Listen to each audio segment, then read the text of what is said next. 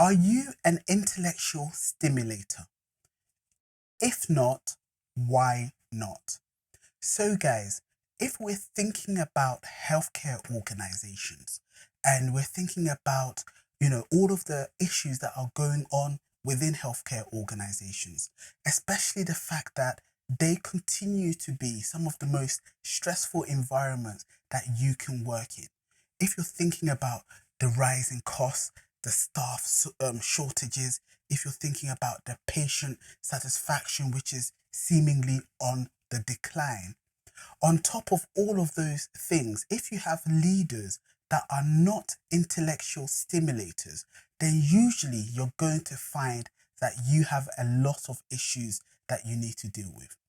Let's just think about some of them. Number one, staff struggling to work efficiently. So what you're going to find is that staff are going to struggle to be efficient.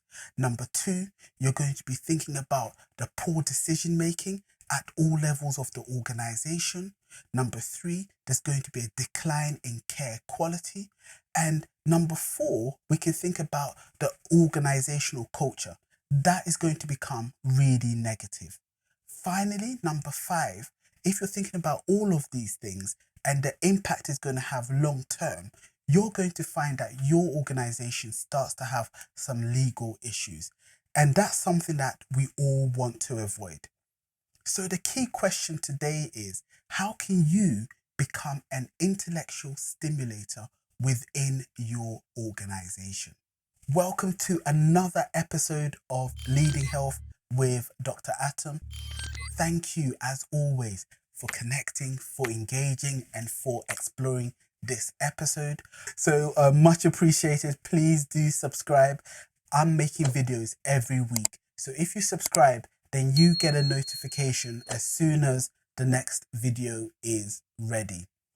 In today's episode, we are going to be exploring 3 ways that you can become an intellectual stimulator and the steps that you can take to overcome some of those negative consequences that we've looked at, with your staff, with, bad decision making and care quality going downwards, which can lead to some legal issues.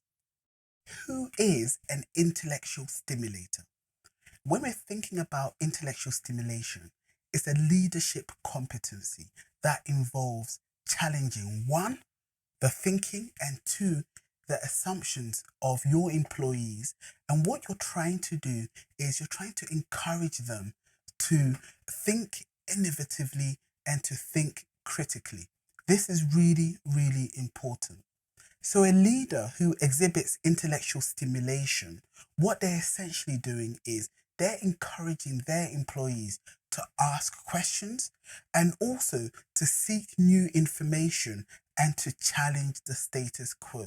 This can be quite difficult, but it's really important. In addition to that, a leader is trying to create that environment where your employees feel safe. So as a leader, you want to create that conducive environment where everyone feels safe to be able to share ideas, share contradictory and sometimes quite controversial ideas. And there's a room to actually do that. In a healthcare context, leaders with intellectual stimulation can, one, increase innovation, which is really important. That's what we all want. Two, they can enhance problem-solving capabilities of their staff. Again, very important. Three, they can improve decision-making, which again, is vital within a healthcare context. Number four, they can advance employee engagement and job satisfaction. And that's what we want.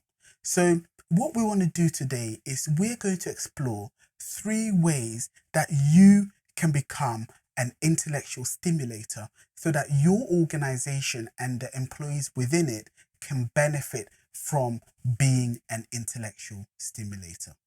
The first key factor that you need to take into consideration is encouraging employees to explore new ideas. This is really important. And first of all, what you have to do is before you actually create anything else, you have to create that positive culture.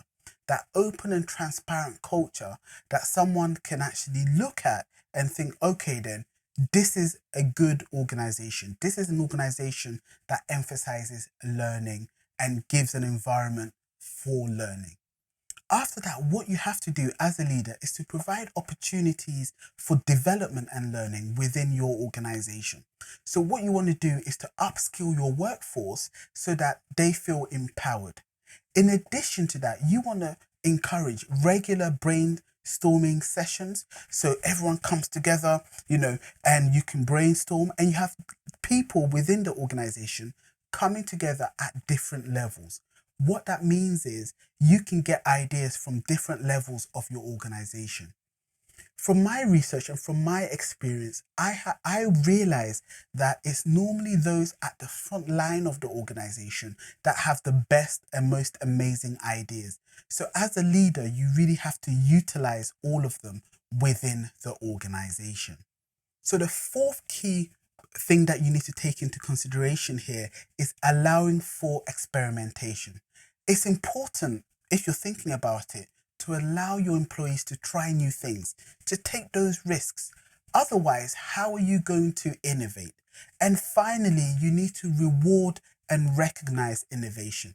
So once the employees have taken the risk and things have been successful, even if they haven't been successful, what you want to do is to recognize and appreciate the effort and the outcomes.